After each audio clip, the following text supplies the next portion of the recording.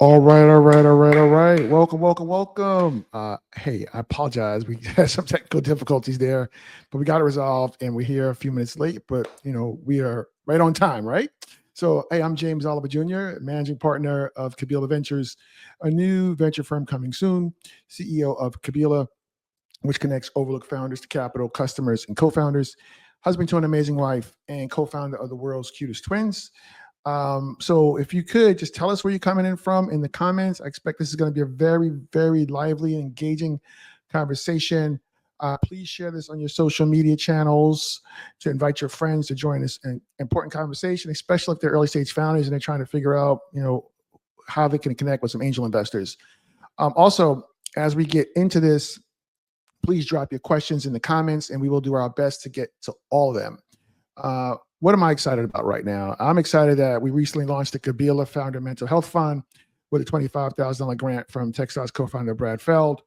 Over there, every week we pay for mental therapy for founders in our Kabila community and our broader ecosystem, and our portfolio company founders, once we launch the fund, pay for that for founders who want it but can't afford it. I'm also excited that we're about to be promoting an event with the aforementioned Brad Feld happening next week for Mental Health Awareness Month, which is in May. We'll be talking about how investors can prioritize the mental wellness of founders in their portfolio companies. This will be a virtual event and exclusively for investors in LPs in funds. All right, so if you're a founder raising capital, you probably keep hearing people tell you to get an angel investor to write you an early check. And you're also probably like, where the heck are these magical, mythical creatures? I don't know no angel investors, right? Where are they? All right, so if that's you, we got a treat for you today to help you with this by bringing a what? An angel investor to the mic so you can meet her and learn about how and what she invests in. Today we have angel investor Samara Roberts, who will share 3 surprising things she looks for when writing an angel investor check. Welcome, Samara. Thank you, James. I am happy to be here. Yes. I'm so delighted that you're here. I'm so glad we were able to get that those tech issues sorted out that we were having. I don't know what that was about. That was I don't know what was going on Listen, with that. I don't either, but we're here. That's all that matters. That's it. We are in the building. That's exactly right. So, y'all, I see the comments coming in. Nayara coming in from Houston, Texas. What's going on, Houston? Hey, Nayara. Ashwini from in India. That's what's going on. We got Deja coming in from Tampa, Florida. Let us know where you're coming in from in the comments. Please don't forget to share this wherever you're watching on LinkedIn or wherever. We got some folks coming in from the D. Looking forward to productive discussion. God bless. Amen. That's what's up. So, all right, let me see what we got here. So let's get right to it, Samira. I appreciate you joining. How do we meet? Do you remember? I don't even remember how we met. On LinkedIn? You know what? I be posting on LinkedIn, and I think one of us just slid into each other's DMs, and then we connected right from there. That's it. Yeah, you're super active on LinkedIn. All right, so what inspired you to become an angel investor, Samira? Yeah, so I was an angel investor before I knew I was an angel investor. I was investing ignorantly. But what really inspired me to become an angel investor, I love helping people. We have this thing in life where people love to overlook people and doubt people. But I'm the type of person, I love to bet on people and take risks. So I just said, I want to be the one to invest into people's visions and dreams and just give somebody a chance. So that's what made me start getting into angel investing. Love it. Okay. Yeah, well, I know folks listening to that, they don't know that you're like, that sounds real nice, but you're super serious about what you do. So we're going to get into that in a second. Like, oh, she wants to help people. Yeah, but if you don't come correct, she's not going to help you. I promise you. Based on what I know about her, she's just not. All right. So you've been an angel investor since before you knew you wanted to help people. Cool. Yeah. All right. Yeah. So are you currently deploying capital? I am currently deploying capital. I'm always looking for something new to invest in. Awesome. Okay. So what are there any particular industries that you like to invest in? Yeah, so I really don't limit myself to one industry specifically, but I do have a consistent lens, right? So, but I like to invest in companies that have strong fundamentals. So, I'm big into investing into companies that's involved like mental health, healthcare tech, fintech, legal tech, that's a huge one for me. Fintech, AI, and like machine learning. However, I don't limit myself to one industry. It just has to make sense. So those are some of the industries that I invest in. And typically, what size checks do you normally write? On a low end, 5,000, and on a big end, 50K. However, I'm with some syndicates as well, and those checks are over 6 figures. Oh, fantastic.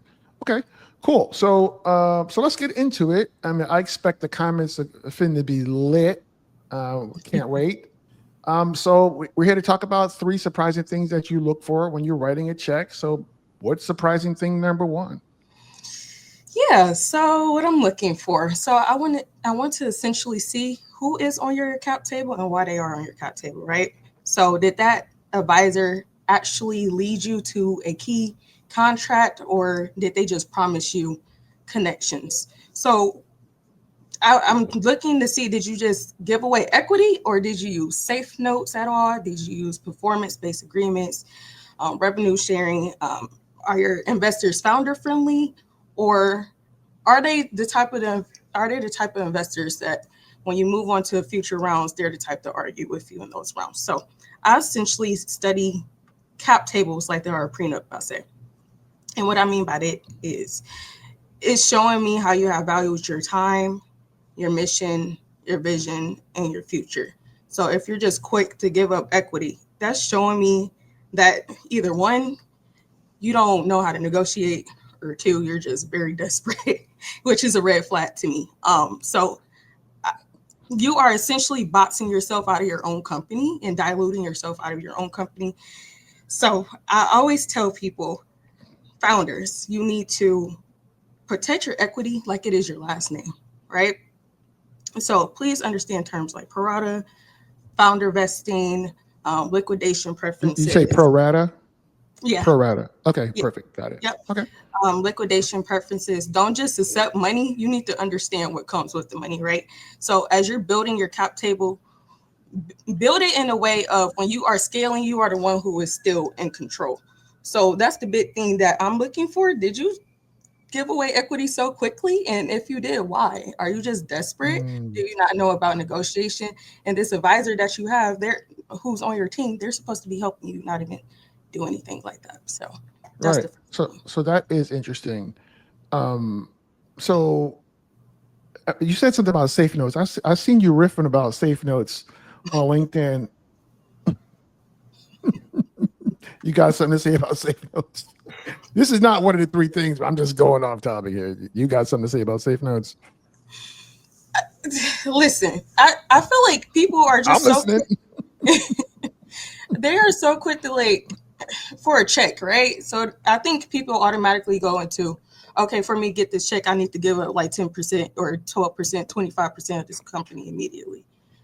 No, you can go different routes. So me personally, like if I was in a funding round, pre-seed, seed, my first round, I would not be quick to immediately give up equity. I would go to safe note route.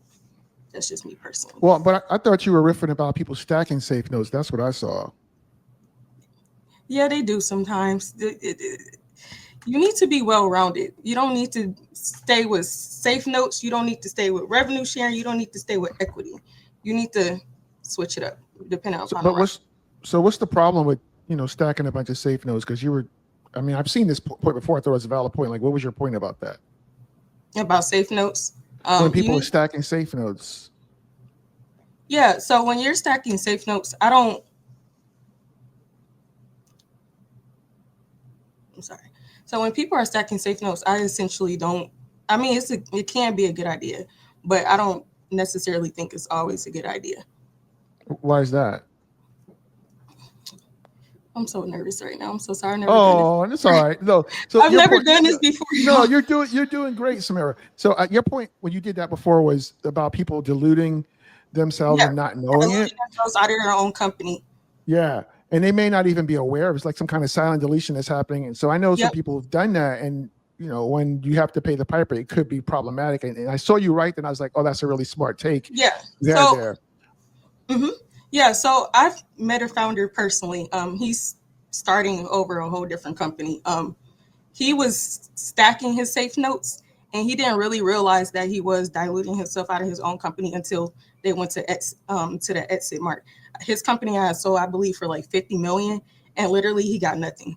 All of his investors had got their, their return, but he walked away with Wow. $0. Wow. Yeah. So I think the important thing there is just make sure you're consulting with an attorney if you're Yeah. going to do that. I don't think that's necessarily a good thing to do. And I thought that was really smart of you to call that out on LinkedIn. So we got a couple of questions here. So Mina wants to know, how do you find out about the temperament of investors and what they'll do in future rounds ahead of time? That's interesting. It's a great question, Mina. It is a really great question, Mina. So, how do you find out about the temperament of investors and what they'll do in future rounds ahead of time? I always ask questions. Be a curious mind and build relationships. Don't be quick to, okay, you sit down with me today and like tomorrow you want to check. That I don't think that's smart. You need to ask questions like, hey, so if we were to work together, what kind of value would you bring here into my company? Like, would you actually advise me on what I should do within this round? Would you actually connect me with certain kinds, not just investors, but certain types of investors? Because there's a lot of investors out here with greed. So would you actually connect me with investors who are not greedy and who are not only looking out for their best interests, but who are looking out for my best interests as well? Yeah. I would also ask, you to ask your investors about their portfolio. Who exactly have you invested in? Is it okay if I talk to those founders? 1,000%. So I can get feedback on, how you are as an investor or advisor, whatever you are within the company. Yeah. So I think you should really just be open-minded and a curious mind. And don't be so quick to just want to jump into a partnership with somebody. Yeah, 100%. I'm glad you said that, because I was going to, say the same thing. Just ask them for references, right? Who have you invested in? Can I talk to them? Yeah. Those founders will tell you, won't they? They will tell you. All right, so we got some folks rocking with you here. So you got this. You're full of so much knowledge from Nayara. Thank you, Nayara, for the encouragement. That's so good. They just said, you're doing amazing. I already received many gold nuggets that help me in the future. That's so good. So Darwin wants to know stacking safe notes. You want to tackle that one? Yeah. So stacking safe notes essentially is, so you're not really, you're diluting yourself, and you're giving equity in a different way, rather than you actually saying rather than you actually giving away, how can I explain it? Is it where so if you have a safe, you gave somebody investor A a safe at a $5 million post money valuation, right? And you come back and do another safe with a different valuation, and you got a bunch of different safe notes with a bunch of different valuations and discounts and all this kind of stuff. Yeah. It's just becomes a mess. It could become a mess. Messy. Yeah. Yeah, it could become a mess. Messy. Yeah, hopefully that helps, Delroy. Mina, did that answer, was that answer helpful? And so Jesse wants to know, we love me some Jesse, is there room for a learning curve? I know a lot more now than I did even 6 months ago. Your thoughts to that? Is there room for a learning curve? I know. Yeah, I'm not sure what you mean by that, Jesse. What do you mean by a learning curve? Yeah, just drop it in the comments. I'll put you back up. So Ashwini wants to know, do I need to go through a VC scout, or is reaching out to investors directly a better approach? You want to answer that? I'll share my opinion as well. I mean, you can do both if you want, but if I'm giving advice, which I am, I will reach out to the investors specifically. I mean, you can email, reach out through LinkedIn. I don't think a VC scout is necessarily necessary. Just go directly to the source. Yeah, 100%. Like for me, this is just me. I only talk to the bosses. When I'm reaching out, I'm going for the most senior person I can get to. Some people have a different approach. They're like, oh, talk to an analyst or something like that. I'm like, no, I don't want to do that. Although some of those people in some cases can be somewhat influential, but I'd rather talk with a top decision maker, because that, in my experience, it helps me get to yes faster. Yeah. So Mina said, very helpful. Thank you. You hear go fast all the time, but I think it makes sense to know who will be at the table with you the next 10 years. That's 1,000%. So my next question, Samara, and we got to still get to number 2 and 3 because I knew the comments were going to be lit in this conversation. My question for you is like, how involved do you like to get with your portfolio founders? And that kind of dovetails on this question here from Heaven. How have you supported companies during tough times? What does that look like beyond just money? Like, so how are you supporting your portfolio founders? I like to get my hands dirty. I like to go as deep as they let me, quite honestly. So if their cap table is messy, prime example, I'm not the type of person. Okay, granted, yes, your things need to be together. But if I see potential and see that we could possibly clean this up, I may stick around. It just depends on the company, right? So I'm the type of person. I'm like, we need to figure out, how did you get here? Why did you get here? Who exactly are you working with? I'm the type of person who actually does bring forth connections, but not just anybody. I mainly connect with investors who have like the same philosophy as me. So I'll bring connections to the table. Also, when it comes to, I'm not an attorney or anything, but I need to know, like, obviously who is on your legal team. We need to make sure your legal documents and things like that are intact. I'm pretty much involved with whatever the founder allows me to be involved with. I'm very hands-on. So I'm not the type who writes a check and go about my business and wait for annual or, quarterly updates. That's so good. So, one thing, so first of all, if you come to these calls regularly, I talk about this all the time about how you have to help investors connect, because investors invest in lines, not dots, right? So if this is your first time meeting Samara, so at the end, I'm going to put her email address up. You should reach out to her. Right? Why should you do that? Hey, can I add you to my updates? Right? Hey, can I send you my deck? And every time you have those touch points, it builds credibility and it builds trust. Like, one of the things that I did a while ago is when I was working on revising my deck after we came out of Techstars, I was talking to an angel. I said, hey, do you want to help me kind of co-create this deck? Right. Mm-hmm. So now that accomplished a couple of things, which were, it allowed us to expedite trust building. It allowed him to see that I do what I say I'm going to do, that I actually execute, and that I can take feedback. Right. And before the deck was even done, he was like, hey, can I put in $5,000? Right. Small checks matter. And I think that's a nice little hack to expedite relationship building. Samara just said she likes to get her hands dirty. So, like, reach out to her and take her up on that. So let's see. Jesse said what she means regarding evaluating a founder and their cap table and seeing if they're smart about their time and negotiation. What is a founder maybe wasn't great at the beginning, but it's improved? Will you not invest in it? And that's a really great question. Okay, that was a long question, so I'm gonna read that one more time. Yeah, but it was about when she was asking about is there room for a learning curve? So basically, she's saying, if she messed up, somebody maybe messed up earlier, but they're learning and they're doing better. Your thoughts about that? As long as you're improving and growing and learning from your mistakes. Again, if it's something that we can fix, then I may stick around. Just because you might have messed up in an earlier stage or something like that, I'm not going to automatically be like, deuces. It just depends. No, that's so good. Okay, so we still got to get to this next two things you look at. I knew this was going to happen. We got 11 minutes because we started 7 minutes late. Are you good to stick around to 12:37? Okay, good. Yeah. So what's the second surprising thing that you look for when you're writing a check? Yeah, so I'm not expecting perfection necessarily, but I do need to hear logic. So for example, if your CAC, if it's $75 and like your LTV is, I don't know, $120, that's pretty thin, right? So I'm essentially going to be asking you at a certain point, like, how are you going to increase your LTV? Are you going to like upsell it or something with retention? And then like, if your CAC is high, how are you gonna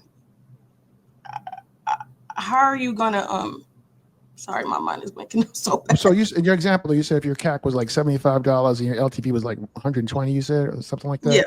Yeah. So you're saying, so basically, what are your thoughts about, is there like a ratio? I mean, I've seen some of the ratios that people like 3 to 1. Kind of 3 to 1 with your LTV, lifetime value of the customer over your customer acquisition cost should be. So your LTV should be 3 times your customer acquisition cost. You think? That's just my thought process, y'all. That's not every. I'm sure it's not every investor. I'm just speaking for me, Yeah. specifically.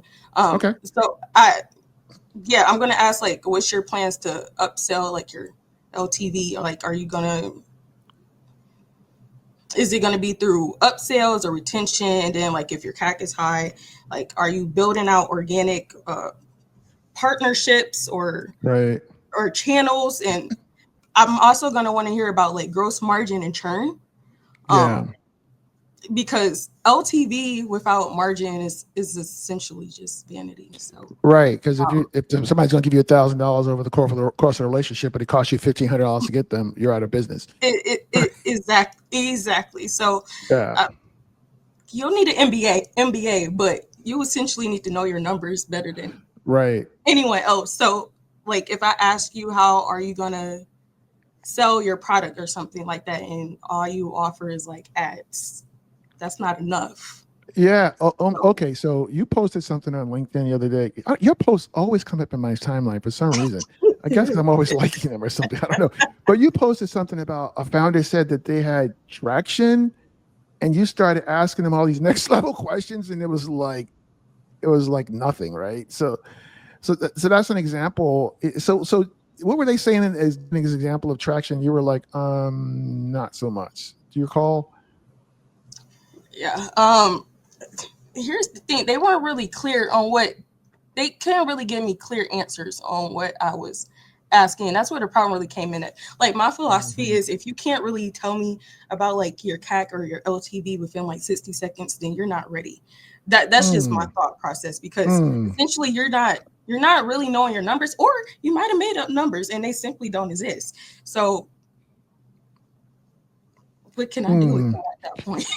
Yo, nothing. So what if somebody's like super early? Because historically, angel investors, they're betting on the jockey, not the horse, right? You may not have any customers. You don't know what your LTV is right now. You may have a spreadsheet with some projections. Yeah. Are you cool with that? Does that need to make sense? Like, what are your thoughts about that? As long as you have an idea of where you are going. If it's just like a dream and you're kind of all over the place, I can't do anything with that. I don't just invest into dreams. You need to be doing something. See, this is what I said. This is what I told them people at the top. You're like, oh, you like to be helpful. I'm like, yeah, that sounds nice, but she's not playing around.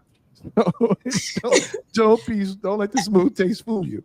Right? Listen, you got to be very strategic, and it still has to be logical at the end of the day. Like, so. Yeah. Perfect. Yeah. Okay. So what's the last thing out of the third surprising thing that you look for when writing a check? So I'm drawn to founders who are, like, quietly building their systems. So again, I'm aware that obviously when you're a startup, you're working on certain things. Again, as long as you have an idea of where you are going, then okay, that's going to help me out. But having, like, already, like, a clean CRM would be helpful, like contracts to go. The way you're going to hire, that helps.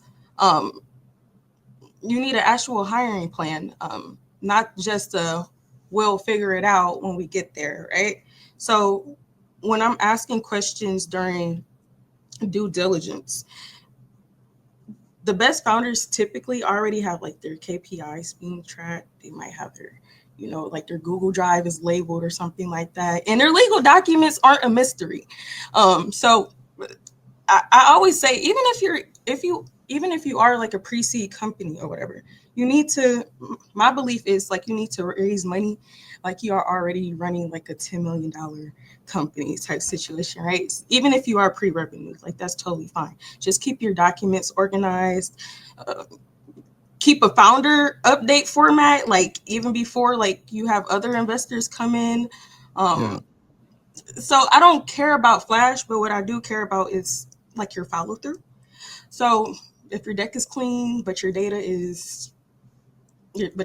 is, like, empty, you're not ready. Yeah. So we did so Abraham Williamson is our attorney, and we did a talk. I think that might have been when I was doing Tech Tuesdays here in Atlanta. He came in and we talked about the importance of being buttoned up legally.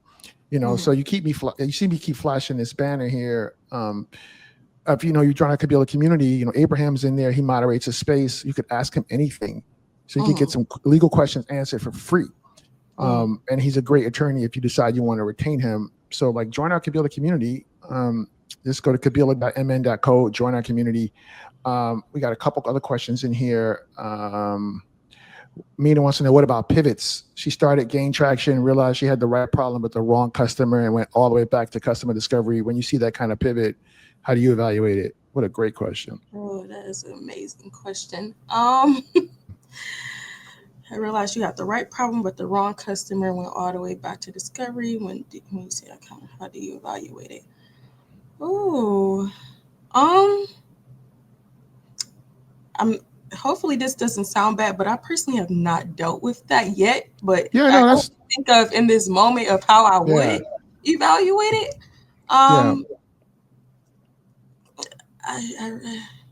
You put me on the spot here. No, it's all right. Look, you haven't faced it yet, but so I have two thoughts as it relates to you in this question that Mina asked, which is a great question. One is, the best companies have average more than one but less than two pivots. So a pivot is not a deal breaker, I don't think. But I think for you, Samira, is you're more interested in like what Mina's thought process was in making that decision. Right. And then let's talk about, where you're going, why. Let's look at some numbers and, how you're going to go to market. What do you think the costs, et cetera, are going to be? I'm guessing that is probably how you would approach that. Is that fair to say or not? Yeah. Yeah. That is 100% how I would approach that situation, quite honestly. So. Okay. Cool. I think, crap happens, right? It's always something new, I feel like. So I'm definitely, listen, y'all, I'm an investor, but I'm not perfect. Every single day, I'm still learning myself. So. Yeah. And honestly, like Mina, like I'm in the middle of a pivot. Me launching Kabila Ventures, our venture fund, is a pivot. Yeah. And that's a whole long story as to why we're doing that. But that's what we have to do. And, it's really hard right now for a variety of reasons, macroeconomic conditions, social, political, all these problems that we're having right now, and uncertainty and all the nonsense going on in Washington is making it way harder than it probably should be to raise the fund. But like whatever, and this is just me on my soapbox a little bit here, but I think as founders, one of the most important things that we can do is just simply control the things that we can control. Yeah. Like if things are out of your control, like we can't get all lathered up about it because we're going to drive ourselves crazy and won't be able to get out of bed in the morning. So like I've really gotten great at compartmentalizing. That's a skill I've learned from my therapist. And B, simply controlling the things I can control. There's a lot of things on fire over here and problems over here. But if I can't do anything about that right now, I'm not even paying attention to it. I'm just not. Yeah. That's just me. That's just me. So. Yeah, and anyway. You guys, as you're like doing your funding rounds or wherever stages you are at in your company, I just want you guys to ask like these like mental notes, questions to yourselves. Like, what am I actually giving up beyond equity? Are you giving up long-term control, your voice, optionality? Can I ask yourself, like, can I clearly explain how like this money will move the needle type situation, not just keep the lights on. Like ask yourself, is this investor actually aligned with how I define success? And then like, lastly, I'm not going to give y'all a whole bunch load of questions. Like also ask yourself, like, how will this affect my cap table 2 to 3 months from now? Like I understand y'all be happy to get money or whatever, but you need to like actually think forward in that way also. So Samira, I was wondering, what you just said is interesting, right? Basically, you're saying like all money is not good money, and that is 1,000. That's 1,000% true. But it's also true that as a founder, it's hard to raise money in the early stages, and there's like this tension. And I know, we don't want to be desperate. I think it was Jim Carrey that said being desperate is like stealing money from the mob. You attract the wrong kind of attention. But yeah, I mean, it's this tension, and I know it's hard, but we have to be careful about who we're getting on our cap table, who we're taking money from. I think you're right about that. And at the end of the day, a lot of angels and early stage investors, and even some later stage investors, they don't really add any value anyway. Let's just be honest. I don't think we should try to over. You don't. Oh, you agree? Yeah, we try to like act I like do. some of these people are going to be so helpful, because at the end of the day, they're not. More likely, they're going to be hurtful. I mean, I had similar experience in the past. Not going to get into that, but Yeah. you don't. You have to, as a founder, you have to optimize for your customers, right, and yourself and your family, and not your investors. Period. Yeah. Full stop. And just to touch on that too, like you can ask yourself, like, okay, if I don't raise money this round, like, what can I do differently? Can you build slower, scrappier, or smarter without Yeah. outside funding? Like, it's easier said than done. Like, I get it. You're a startup. You're hungry. You want it, but always remember, it's always different ways to go about things. Like, you don't. Yeah. And a lot of people, I've met some founders where they've come to me, and I'm looking at you, and I'm looking at them like, you don't need, you don't need my help. Like, Yeah. you're doing.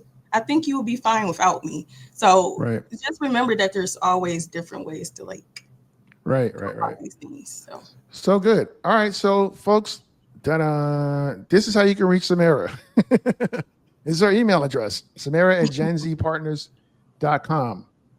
Use it wisely. Like, if it were me, and if I were raising, I would write that email address down. I would send her email, mention, put in the subject, live stream, with James or something like that, conversation with James. So she'll open it, and just, whatever you got from this conversation, I would put it in there. A sentence or two about what you're building, what you need help with, make a quick ask. That's just me. Like, that's how I would be moving. She said she's writing checks, 5 to 50K. She's part of syndicates that do 6-figure checks. I mean, she's very active. Follow her on LinkedIn, Samara Roberts. I would follow her on LinkedIn, engage her content. Again, investors invest in lines, not dots. She's an angel investor. Build a relationship with her. Like, I hope that you found this conversation helpful. There was one question, Ashwini, I did not get to. I apologize. You want to know what's the best way to reach out to investor for seed, pre-seed funding? Yeah, LinkedIn, email, all that, bro. Like, all of it. Like, all short of like calling them on their cell phone and knocking on their home door. I was gonna say, send a letter in the mail for all of it, bro. However you gotta reach them. All of it. Yeah. Yeah. So that's us this week, y'all. We appreciate y'all for coming through. If you're looking for a great community to come through, like, we have these conversations all the time, join Kabila. It's kabila.mn.co. I'm raising a fund. We're going to be investing in founders in our community. We're raising a $5 million fund. If you want to learn more about how to get free mental therapy, you can go to join Kabila, go.joinkabila.com/therapy, learn about the Kabila Founder Mental Health Fund that I recently launched. It's a fiscally sponsored nonprofit. We're doing great work over there. I appreciate everybody, and we'll catch you next time. So somebody said she's not raising now, but love to add you to my update list. Perfect. Send her an email. Make that ask. That's what I would do. Love it. All right. Well, thanks, everybody. We'll catch you next time. Stand by, Samara, for a quick second when we wrap this up, okay? Okay. Thanks, everybody. See you next time. Bye.